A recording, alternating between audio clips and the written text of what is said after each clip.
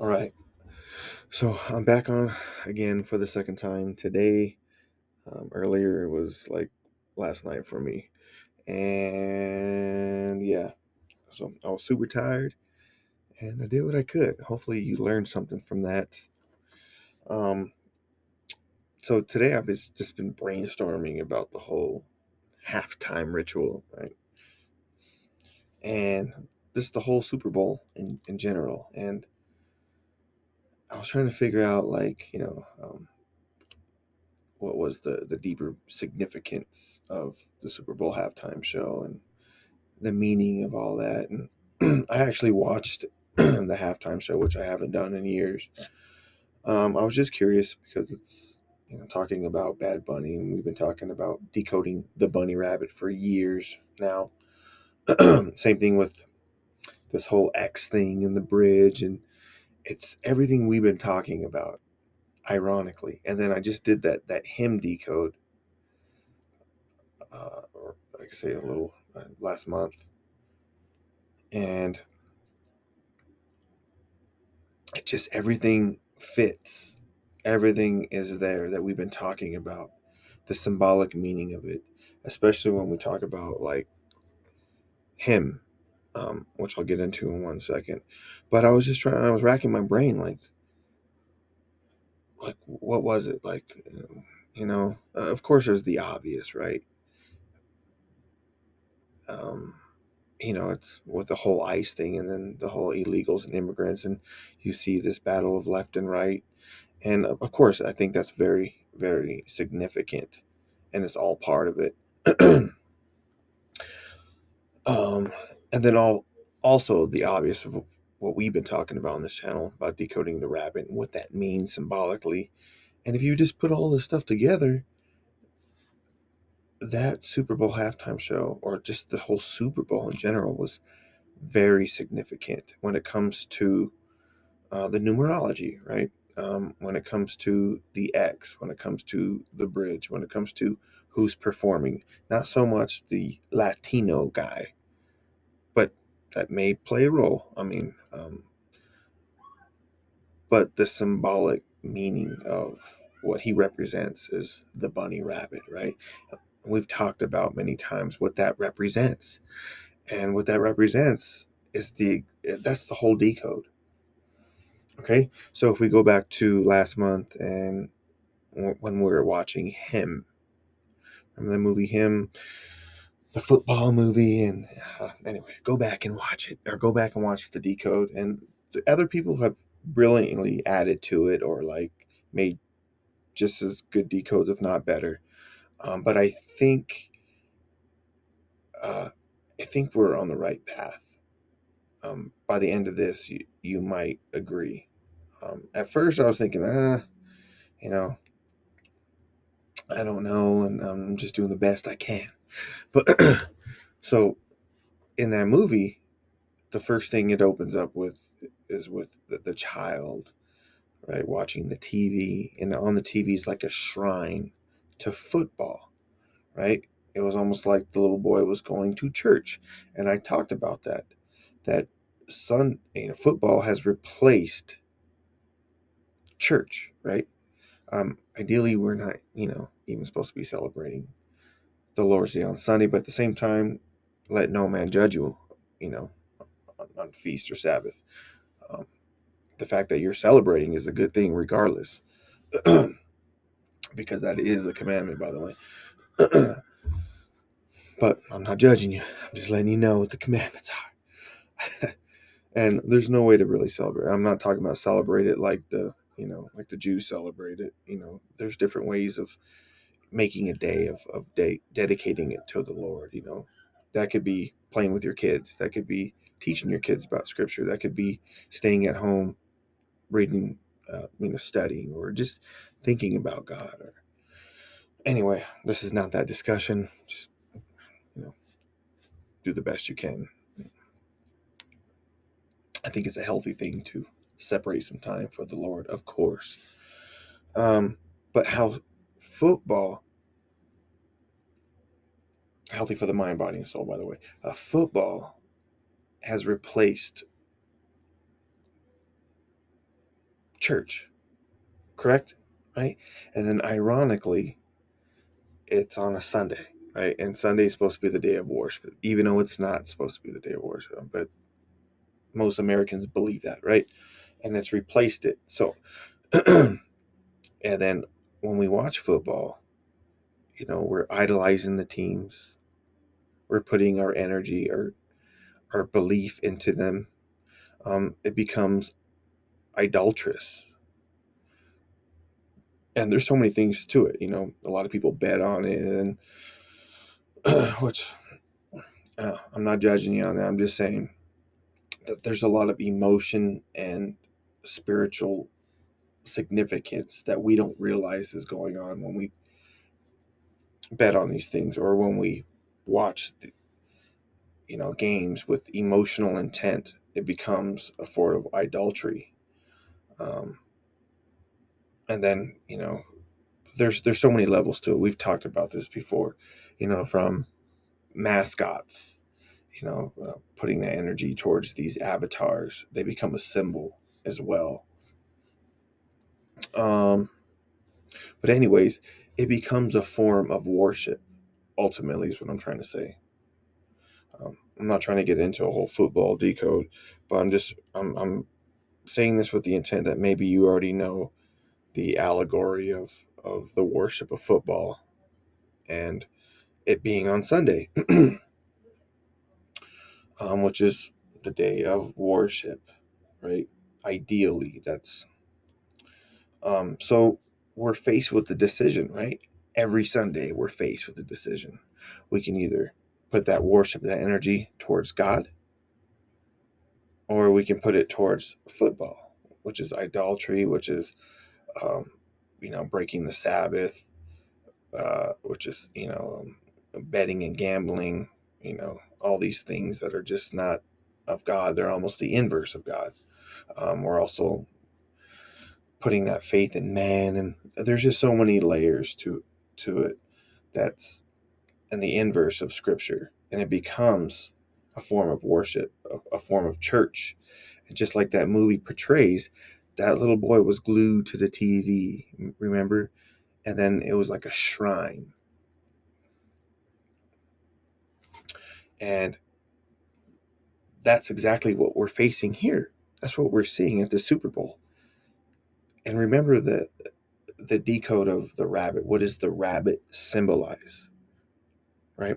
We talked about this. Ultimately, and what I pushed for many years, due to the timing, God's timing, right? Secularism.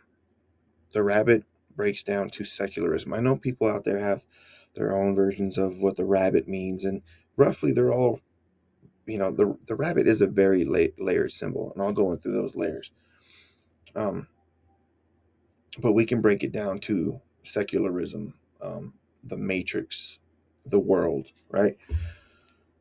And I'm not discounting other people's versions of what the rabbit means.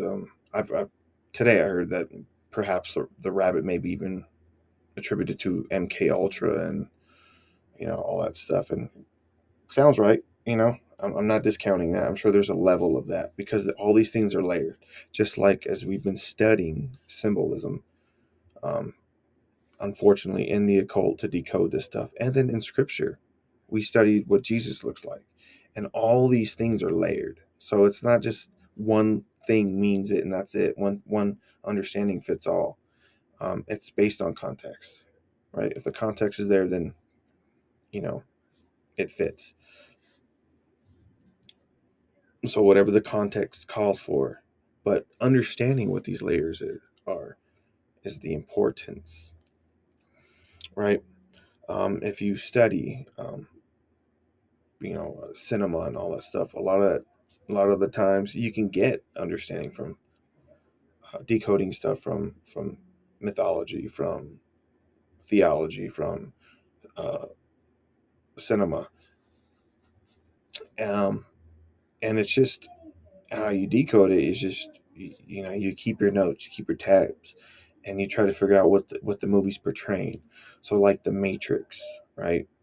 The Matrix. What is the Matrix? It's a womb, right? Follow the white rabbit, Rabbits have um, they have dual wombs, right? Just like the tree of good and evil.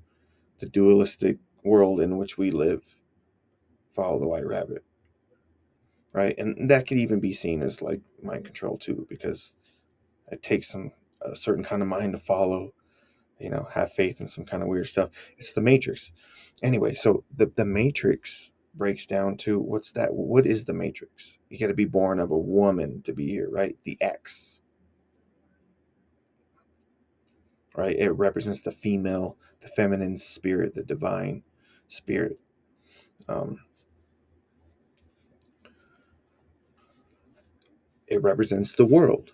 So the rabbit is synonymous with the world, right? The world in which we live. Just like in the Super Bowl, right? The Super Bowl represents the world.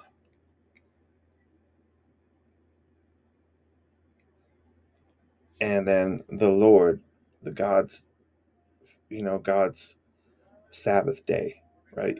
Either you're either participating in the Sabbath of the world, which is football Sunday, right? You're giving in to the indulgence of the world. It's a worldly concept. It's a worldly ideal. It's a worldly game, right? Or you're giving in to the shrine, the worship of God. So every Sunday you have a choice, right? And we give in to these choices by watching and indulging in the world. So that makes us marked or marked by the world. Remember, an X is a Tav. It's also a 6, right? Alphanumerically is 24. 2 plus 4 is 6, right? That's also in Hebrew, represents as a Tav. That's the etymology of this symbol. It comes from the symbol of an aleph and a Tav. A Tav is a mark, right? And it's a cross. So you have the inverted cross, I call it. It's like the tilted cross. Like, remember the star that we studied yesterday? The pagan star, right? Upright, it represents a human being. Tilted, it's the Baphomet or a sigil. It's the same thing with the X. It's the tilted cross. It's the mark, right? So it's the mark of the world. This is allegory. This is your bridge. And ironically, remember the bridge represents, physiologically speaking, the bridge is the neck, right? When we talk about the biblical anatomy, um, the body represents the earth, or the heart does, right? Within the cage, heart scrambled as earth. You have Jacob's ladder reaching from the earth to the heavens, and that's your spine. Your neck is the bridge, the rainbow bridge, and the rainbow bridge has been hijacked by the rainbow cult. But the original rainbow bridge is Jesus, right? Jesus came down here to be our bridge from earth to heaven, right? But if you don't have Jesus, you have the false rainbow bridge. You have the false bridge.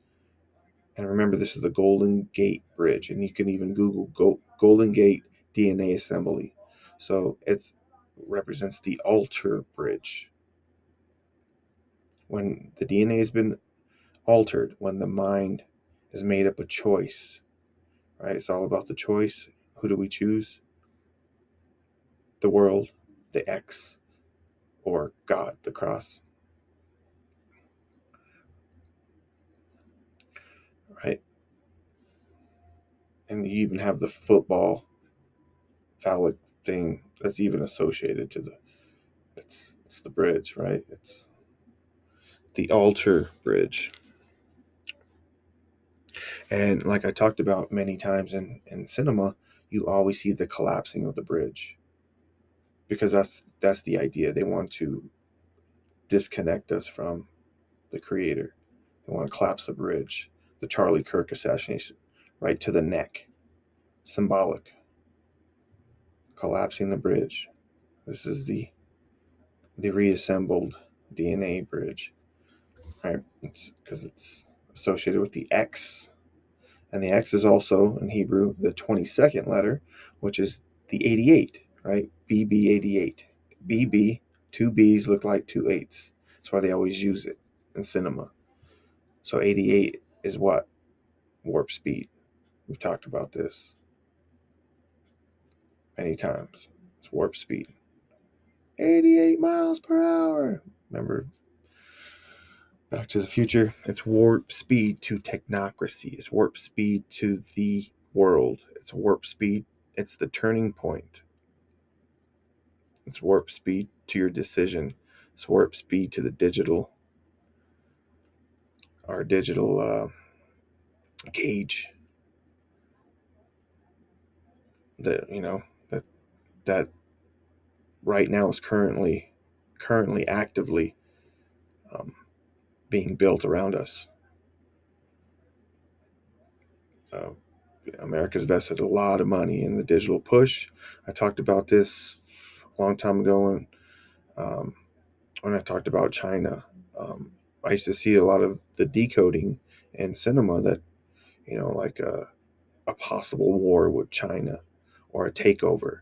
And then I started thinking about it. It's an allegory. China already did take over.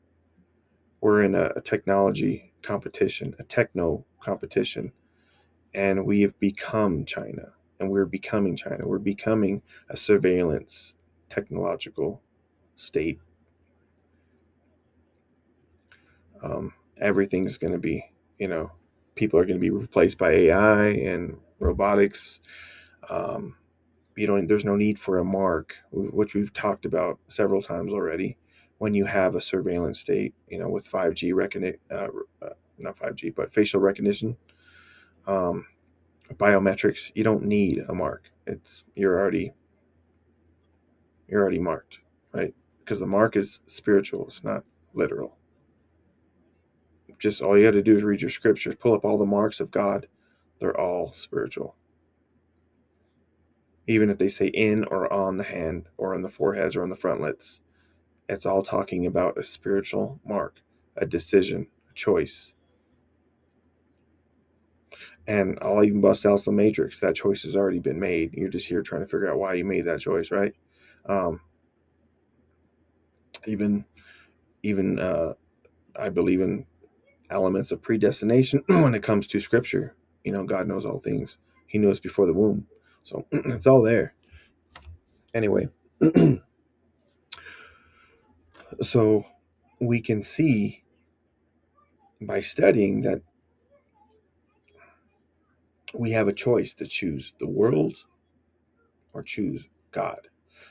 And football represents that worldly choice. It represents, um, for some people, like the divine feminine energy. It represents, you know, Babylon. It represents Egypt, right? We can choose Egypt or we can choose God, all right?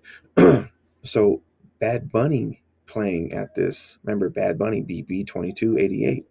That's all right there. The mark and warp speed and the whole element of what the bunny rabbit represents, and I'll get into the layered aspects of the bunny rabbit. Um, remember Donnie Darko?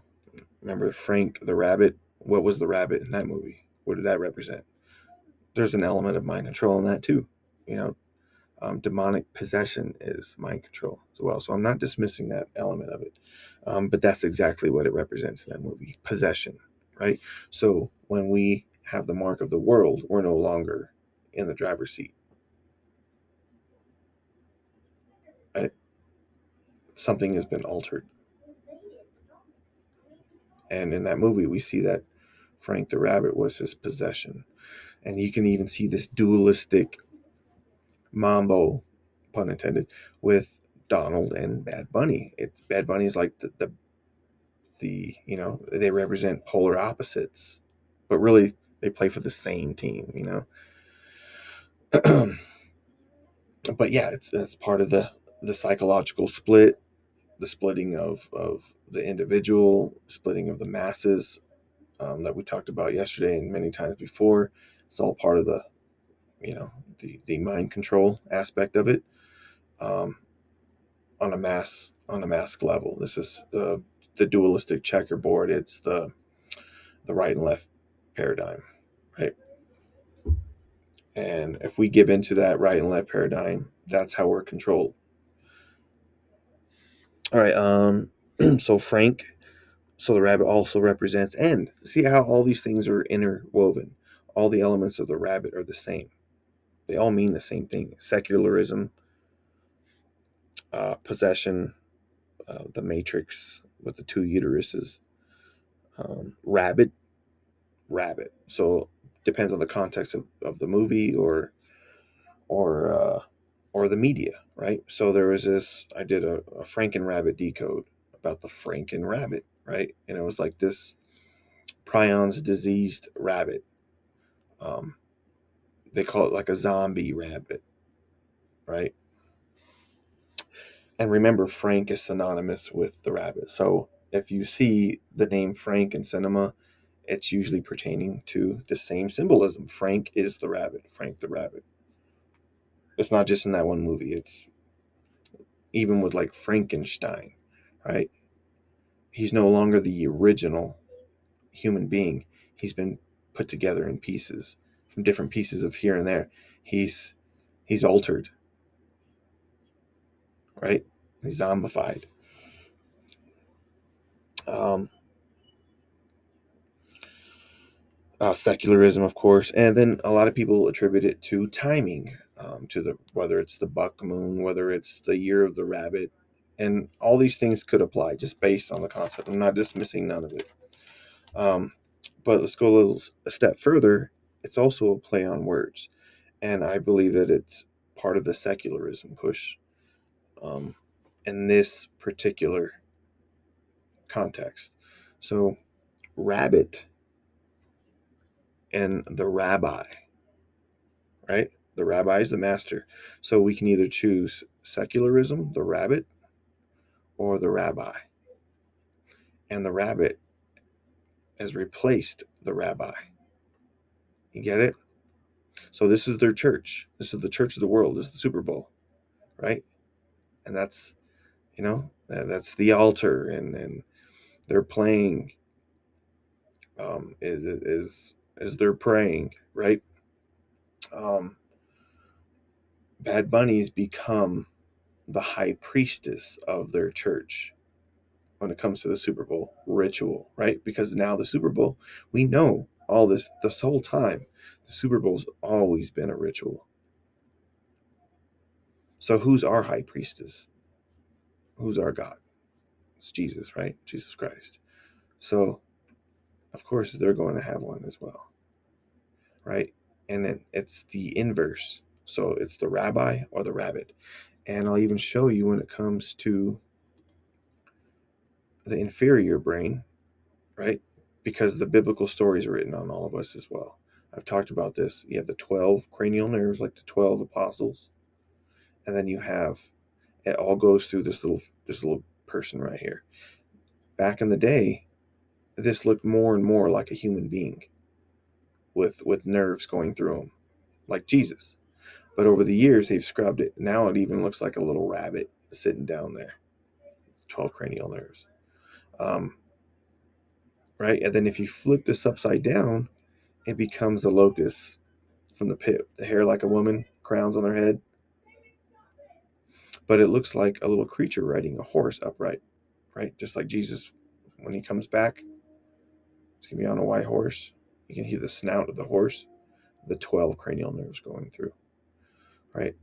So you can either be dominated by, I'm talking allegorically now. I'm not saying you worship this little creature. I'm just saying that the biblical story is written within, and you can even see the allegory in the picture. Um, you can either worship the Christ or worship the rabbit. Let's go another step further when it comes to the priestly aspect of it, right? So it was in Levi Stadium, right? And yesterday I touched on the Cohen priestly caste. Um, so the rabbit becomes the high priest, right? And the Levi is synonymous with the priestly caste. right? So it becomes church, literally. It's in Levi Stadium. Levi was the priestly caste, the priestly tribe from Aaron on down. Aaron and Moses. Remember Moses, but Aaron was the beginning of the priestly caste. And Levi Stadium. And isn't it very ironic that Bad Bunny wore all white? We've studied recently what the white represents, right? Purified. He's cleansed, right? Let's go another step further. So when I was also watching it, which coincides with what I'm talking about, um, I saw Lady Gaga, right? And then they were kind of dancing together and all that. And I didn't see too many like demonic symbolism. And that's the whole point. This one was more psychological symbolism, as we're explaining right now. But I saw Lady Gaga and him, and it reminded me of I Love Lucy. Right? Even though Desi Arnaz was Cuban, but it was the same symbolism. And that's when it hit me. And that's when I realized they're pushing something here, right? They're letting us know, right? So, what did I Love Lucy represent, right? They were the first biracial couple on TV,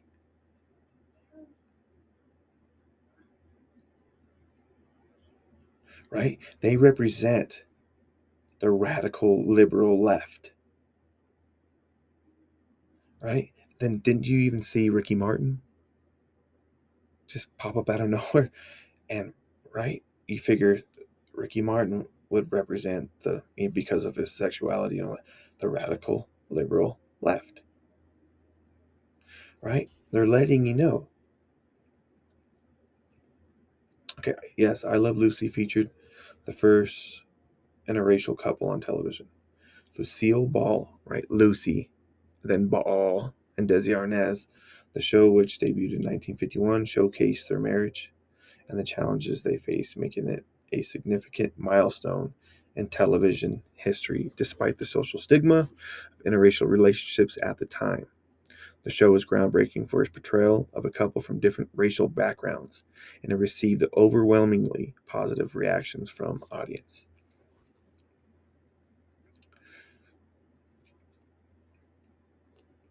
And then, of course, Bad Bunny would be associated with Lucy, right? Lucifer. And then what this represents is the radical left, and it's supposed to make you feel something, right? It's supposed to make you feel like um, deviated from. I guess if you're the radical right, or if you're a rightist, it's supposed to symbolizing symbolize like the opening of Pandora's box, right? That's what all that represented. It was very lighthearted, but very powerful. How it started and how it's going to end, right? You see this complete cycle. And what this represented from the radical right, especially from a seemingly uh, conservative right slash fascist movement. I don't know if you want to call it that. Of course, that's what we're programmed to say. Um, this would be like the turning point back then. It would be the opening of the Pandora's box, and within you, to it's supposed to stimulate something inside of you, not in a good way, but like kindle something, a disgust, or that's what's wrong with the world, is that we need to purify it again, right? Remember we talked about that yesterday with ice, the decode of purifying and reestablishing that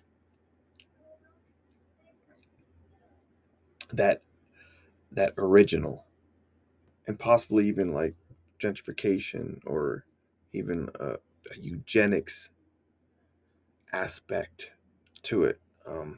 That's what I mean by like purification and expelling. Um,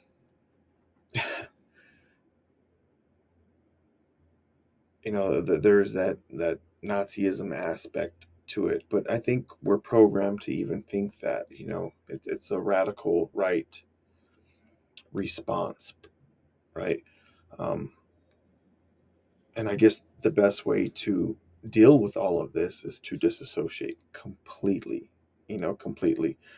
Just know that the left and the right, they're here to deceive you clearly, right? There is, you know, uh, the radical left is you know just even in the words like Democrats, right? Demons, and Republicans is like reptiles, and that's what we see with the radicalness of all that, the ideology behind it. We see opening up Pandora's box. The radical left is like represents like do with thy will behind it, right? There's that push, and then and what comes out of that box is just chaos. And then you see on the radical right is like order, right? And you see that order trying to be processed, and of course they represent warring factions at the end, and there may be even a battle of of spiritual whatever. What I mean by like like what eon, the transitioning of eons and all that stuff, and it could be even a new cosmological timing. At least people are going to put to it, but we look at things through script biblical eyes, and it's all demonic. And the only eon that we have to look forward to, or even be worried about, or even be mindful of, is the eon of Jesus Christ, the millennial reign. That's the true and one and only eon. So we can break all this stuff down, and we know that this is manipulation. It's designed to separate the right from the left in a very subliminal way, and I believe that's exactly what's going on, what we see here. I believe that's what the symbolism was all about. Let alone, I'm sure there's a lot more symbolism bound in the lyrics, and people are going to keep on finding all kinds of stuff. I'm just trying to share with you what I seen, and I clearly see a worldly, godly decision connection here, right? Represented by the high priest slash priestess, whatever you want to call it, right? Because that's what he represents. That's what it all represents. You know, um, Bad Bunny, the bunny rabbit, the X, the Altar Bridge, the Golden Gate DNA reassembled, or and that's the shrine. That's like the cross, right? It's a football. It's your phallic cross right here. And then over here we have Jesus Christ, the true high priest, representing by the biblical cross, the mark of God on your hearts and foreheads, right? It's your choice to either put your belief and trust and love in Jesus Christ and worship his Super Bowl and attend his games every 7 days, right? Attend his, you know, or you can attend the world's. It's your choice. So, all right, so that's all I have for you today. Um, I just thought it was something cool to share with y'all. Hopefully, you got something from it. If you have any questions, comments, leave them in the comment section.